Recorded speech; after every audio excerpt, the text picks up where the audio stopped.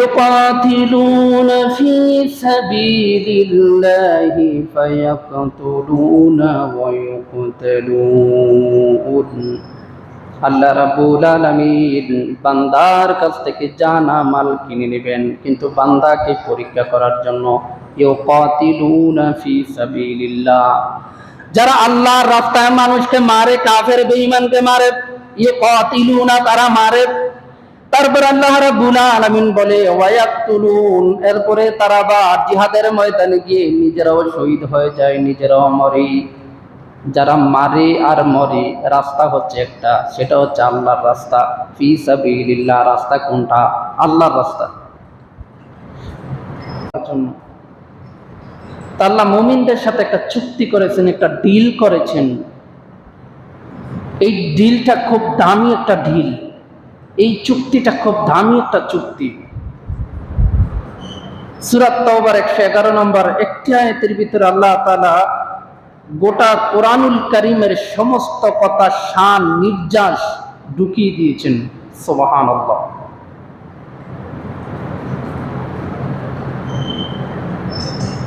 এই আয়াতের মধ্যে আল্লাহ রাব্বুল আলামিন মুমিনদেরকে উদ্বুদ্ধ করেছেন, মুমিনদেরকে একটু উৎসাহ দিয়েছেন, শক্তি জুগিয়েছেন, মুমিনদের ভিতরে কিছু চেয়েছেন, আবার তাদেরকে কিছু দিবেন বলে তিনি আল্লাহ তাআলা আশ্বস্ত করেছেন, পদ্ধতি শিখিয়ে দিয়েছেন।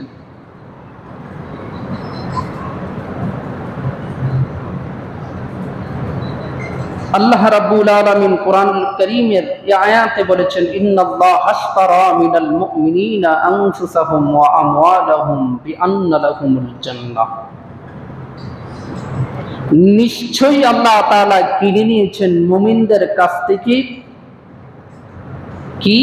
আনফুসাহুম তাদের জান, ওয়া আমওয়ালাহুম তাদের সম্পদ, তাদের মাল, বিআন্না লাহুমুল জান্নাহ জান্নাতের বিনিময়ে আল্লাহ তাআলা মুমিনদের কাছ থেকে দুটি পণ্য কিনে নিয়েছেন। একটার নাম হচ্ছে মাল, আর একটার নাম হচ্ছে জান। বিনিময়ে আল্লাহ তাআলা দিবেন কি? জান্নাত। পণ্য দুটি। পণ্য কয়টি? দুইটি। কিনছেন কে? ক্রেতাকে আল্লাহ, বিক্রেতাকে মুমিন। পণ্য কয়টি? দুটি।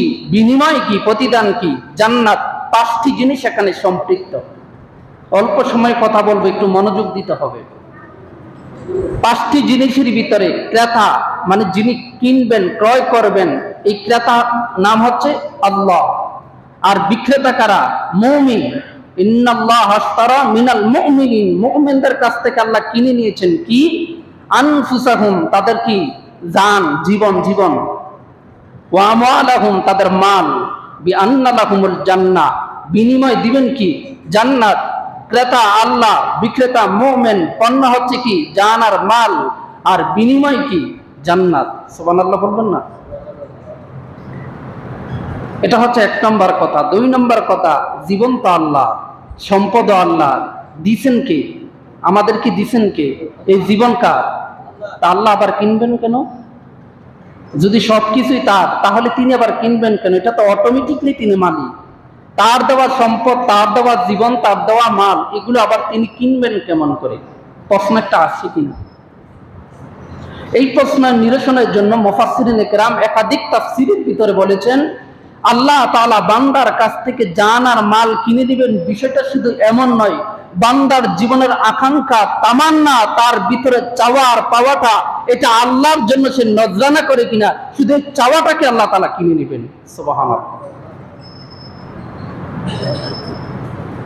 আপনি না চাইলেও আপনাকে মরতে হবে, মরতে হবে না? তাহলে জান অটোমেটিক চলে যাবে। না চাইলেও আল্লাহ তাআলা গজব দিয়ে আপনার সম্পদ ধ্বংস করে দিতে পারে, কিন্তু সব চলে যাবে। কিন্তু আপনার একটা জিনিস, সেটা যদি আপনি আল্লাহর সাথে আজকের আয়াতের ডিল অনুসারে, চুক্তি অনুসারে যদি আল্লাহকে দিতে পারেন, আল্লাহ তাআলা বলেছেন বিনিময়ে তার জন্য আমি জান্নাত দিয়ে দিলাম। আল্লাহ এমনি বলেন নেই। তারপরে আয়াতগুলো, কথাগুলো দেখেন আল্লাহ তাআলা কিভাবে বলছেন, কিভাবে দিবেন, দেওয়ার একটা শর্ত দিয়েছেন আল্লাহ। يقاتلون في سبيل الله فيقتلون ويقتلون আল্লাহ রাব্বুল আলামিন বান্দার কাছ থেকে জানা মাল কিনে নেবেন, কিন্তু বান্দাকে পরীক্ষা করার জন্য ইউকাতিলুনা ফি সাবিলিল্লাহ, যারা আল্লাহর রাস্তায় মানুষকে মারে, কাফের বেঈমানকে মারে, ইউকাতিলুনা তারা মারে। তারপর আল্লাহ রাব্বুল আলামিন বলে ওয়ায়াকতুলুন, এরপরে তারা বা জিহাদের ময়দানে গিয়ে নিজেরাও শহীদ হয়ে যায়, নিজেরাও মরে। যারা মারে আর মরে রাস্তা হচ্ছে একটা, সেটা হচ্ছে আল্লাহর রাস্তা। ফি সাবিলিল্লাহ, রাস্তা কোনটা? আল্লাহর রাস্তা। আল্লাহর রাস্তা যারা গিয়ে মারে, জিহাদের ময়দানে গিয়ে কি কি মারপিট করে না? সাহাবায়ে কেরাম কি জিহাদের ময়দানে গিয়ে তলোয়ার দিয়ে কাফেরদের বিরুদ্ধে যুদ্ধ করছে না? তা আল্লাহ রাব্বুল আলামিন বলছেন, যারা মারে এবং ওই জিহাদ করতে গিয়ে যারা শত্রুর আঘাতে নিজেরাও মরে, এই উভয়কে আল্লাহ তাআলা জান্নাত দিবেন। আল্লাহ রাব্বুল আলামিন বলেন, এটা দুনিয়ার কোন প্রধানমন্ত্রীর কথা না যে কথা খেলাফ হবে, চেঞ্জ হবে। আল্লাহ রাব্বুল আলামিন আয়াতের মধ্যে বলেন ওয়া'দানা আলাইহি হাক্কান ফিত তাওরাতি ওয়াল ইনজিলি ওয়াল কুরআন। ওয়াদান আলাইহি হাক্কান, এটাই চূড়ান্ত সত্য কথা। আর এই ওয়াদা আল্লাহ রাব্বুল আলামিন করেছেন ফিত তাওরাত, তাওরাত কিতাবে যেটা মুসা আলাইহিস সালাতু ওয়াস সালামের উপরে নাজিল হয়েছিল, সেখানে তিনি ওয়াদা করেছেন। ওয়াল ইনজিল, যেটা হযরত জাবুর আলাইহিস সালাতু ওয়াস সালামের উপরে নাজিল হয়েছে, সেখানেও তিনি ওয়াদা করেছেন। সর্বশেষ অল কুরআন, এই কোরআনের ভিতরে আল্লাহ রাব্বুল আলামিন যেটা মুহাম্মদুর রাসূলুল্লাহ সাল্লাল্লাহু আলাইহি ওয়াসাল্লামের প্রতি নাজিল হয়েছেন, সেখানেও তিনি ওয়াদা করেছেন। ওমান আওফা বিআহদিহি মিনাল্লাহ, আল্লাহ আবার ঘোষণা করেন, আল্লাহর চাইতে ওয়াদা পালনকারী, পূরণকারী আর কে হতে পারে? সুবহানাল্লাহ। আল্লাহ রাব্বুল আলামিন বলেন বিআহদিহি মিনাল্লাহি ফাস্তাবশিরু বিবাইইকুমুল্লাযী বায়াতুম বি, যে ওয়াদা পূরণ করার জন্য তোমরা সব শক্তিগুলো পূরণ করেছিলে, সেটার জন্য তোমরা আনন্দ প্রকাশ করতে থাকো, কারণ আল্লাহর সাথে তোমাদের একটা কমিটমেন্ট হয়ে গেছে। তোমরা জীবনের বিনিময়ে, মালের বিনিময়ে আল্লাহর রাস্তায় গিয়ে শহীদ হয়ে যাবে, জীবন দিয়ে ফেলবে। যে ওয়াদা করেছো, সেই ওয়াদার জন্য তোমরা খুশি মনে আনন্দ করতে থাকো। তারপর আল্লাহ রাব্বুল আলামিন বলেন ওয়াযালিকা হুয়াল ফাওজুল আযীম, আর এটাই হচ্ছে চূড়ান্ত মুমিনের জন্য সফলতা। সুবহানাল্লাহ।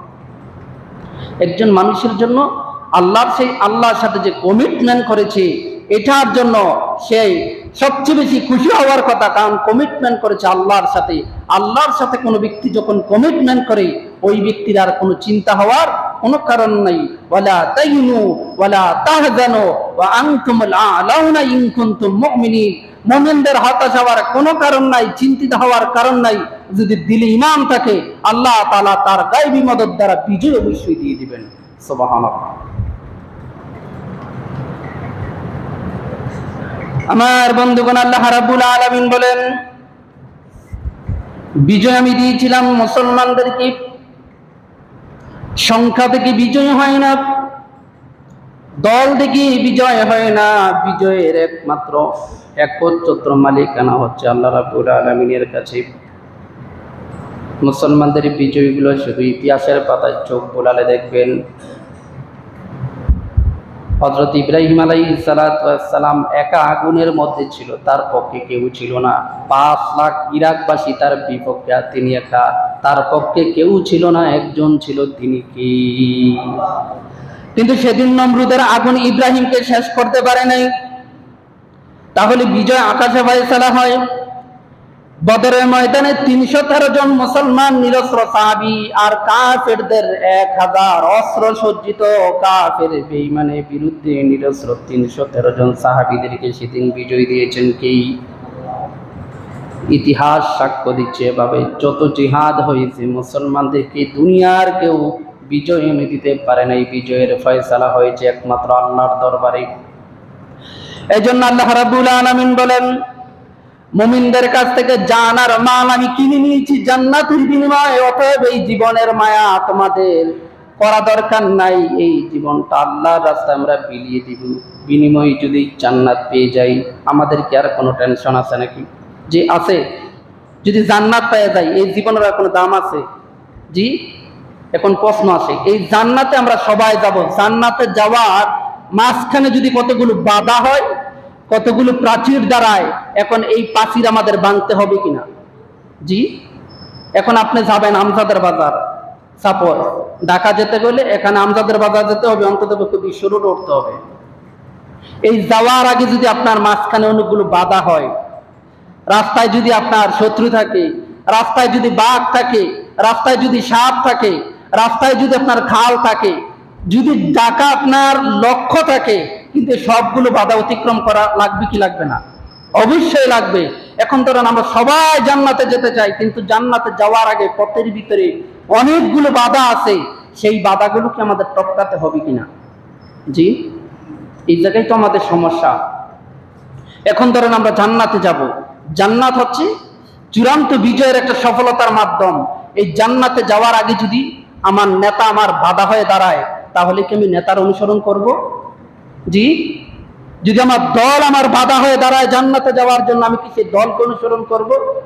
জি। এই জায়গাটাই সমস্যা আমাদের।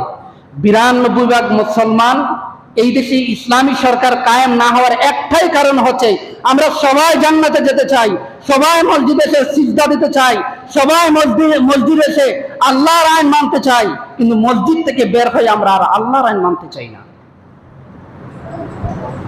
স্বাধীনতার 54 বছরে কেন ইসলামী সরকার এই দেশে প্রতিষ্ঠিত হলো না? 92 ভাগ মুসলমান, প্রত্যেকটি মানুষ নামাজে এসে আল্লাহকে সেজদা দেয়, প্রত্যেকটি মানুষ বলে ইয়াকা নাবুদু, তোমার গোলামি করি, ও ইয়াকা নাস্তাইন, তোমার সাহায্য চাই। মসজিদে যে ব্যক্তি সূরা ফাতিহা এই সিদ্ধান্ত দিতে পারে, সে মসজিদ থেকে বের হয়ে কেন সে আল্লাহ নবীকে আদর্শ নেতা মানতে পারে না? এর একটাই কারণ, সে জান্নাতে যেতে চায়, কিন্তু মাঝখানে যে বাধা, এই বাধাগুলির ভিতরে সে অতিক্রম করতে চায় না। এখানে যে আমাদের সামনে দাঁড়িয়ে যায়, আমরা তার পক্ষে চলে যাই। এই জন্য আমাদের জান্নাতে যাওয়ার উদ্দেশ্য ঠিক, কিন্তু আমাদের লক্ষ্য আমাদের যাওয়া হয় না, এটাই বাস্তব।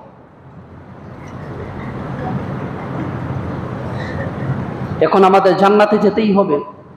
সামনে যদি আমাদের নেতা থাকে, তাকে আমাদের বাদ দিতেই হবে, দিতে হবে কিনা? যদি এমন নেতা যে জান্নাতে যাওয়ার বাধা হয়ে দাঁড়ায়, তাকে বাদ দিতে হবে কিনা?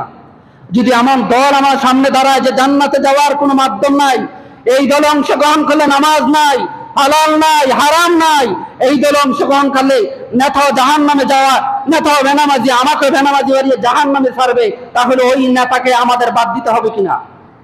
দিতে হবে। কিন্তু আমরা কি দেই না। কিয়ামতের ময়দানে আল্লাহ আপনাকে একা ডাকবে না, নেতা সহ ডাকবে। ইয়াউমা নাদউ কুল্লা উনাসিন বিইমামিহিম, ও কর্মীরা আসো, ওই 14 গ্রাম কুলিয়ারা কর্মীরা আসো, তোমার নেতা সহ আজকে আসো। তুমি একা না, তুমি যেই নেতার অনুসরণ করছো আজকে সেই নেতা সহ আসো। মান তাশাব্বাহা বিকাউমিন ফাহুয়া মিনহুম, যে যার অনুসরণ করে তার সাথে কিয়ামতের ময়দানে আপনাকে হাসর আল্লাহ করাবেন। অসংখ্য হাদিস আর কোরআন সাক্ষ্য দিয়েছে, সেদিন আল্লাহ বলবে আজকে তুমি তোমার দল সহ উঠে আসো। যেই দল তোমাকে নামাজ থেকে বিরায় রাখছে, যেই দল ইসলামের মুখোমুখি তোমাকে দাঁড় করিয়েছে, যেই দল তোমাকে আল্লাহ বা আল্লাহর রাসূলের বিরুদ্ধে দাঁড় করেছে, আজকে তুমি তাদের সাথে আসো হাসরের ময়দানে।